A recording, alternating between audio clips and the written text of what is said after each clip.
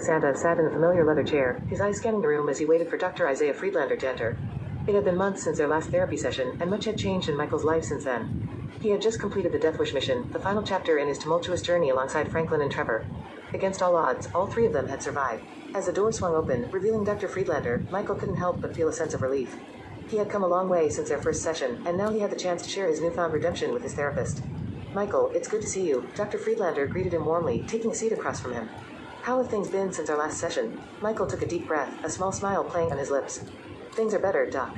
The corrupt fib agents who wanted me dead are no more. I finally redeemed myself in the eyes of my family. Our relationship is stronger than ever." Dr. Friedlander nodded, genuinely pleased to hear the progress Michael had made. "That's wonderful to hear, Michael. Have any other problems arisen since our last session?" Michael paused for a moment, reflecting on his recent experiences. "I've changed, Doc. I've become a more truthful person. I've made a few mistakes along the way, but I'm working on being better every day. My life has a more optimistic outlook, even if it's still a bit of a mess." Dr. Friedlander leaned forward, his eyes filled with genuine concern. "That's great progress, Michael. But remember, change takes time. It's important to be patient with yourself. Accepting your mistakes and learning from them is a crucial part of personal growth." Michael nodded, taking in the doctor's words. He had come a long way, but he knew there was still work to be done. "You're right, Doc. I accept your advice. I've made progress in some areas, but not in others. I'm willing to keep working on myself." Dr. Friedlander smiled, a glimmer of pride in his eyes. "That's the spirit, Michael. Keep pushing forward, and you'll continue to see positive changes in your life." As their session neared its end, Dr. Friedlander reached into his pocket and pulled out a small camera. "Michael, I'd like to take a selfie with you. A memento of our time together." Michael obliged, a sense of trust and camaraderie filling the room. Little did he know, this would be the last genuine moment he would share with Dr. Friedlander. As the camera clicked, capturing their smiles, Dr. Friedlander's demeanor suddenly shifted. He stood up, his face contorting with a mix of excitement and deceit.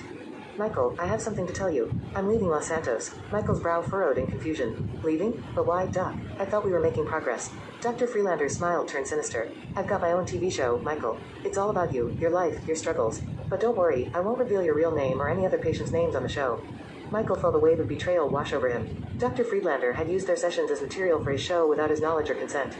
The doctor had broken the sacred bond of doctor-patient confidentiality. As Dr. Friedlander hurriedly made his way towards the exit, Michael knew he had a choice to make.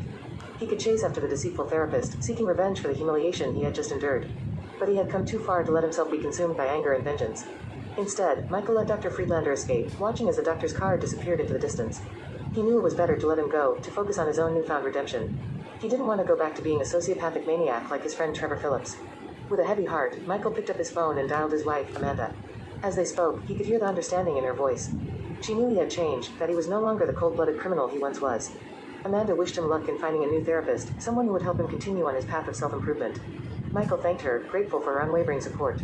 Dr. Friedlander had left him with an email, urging him to forget what had happened and move forward. But Michael couldn't forget the betrayal, the humiliation he had just experienced.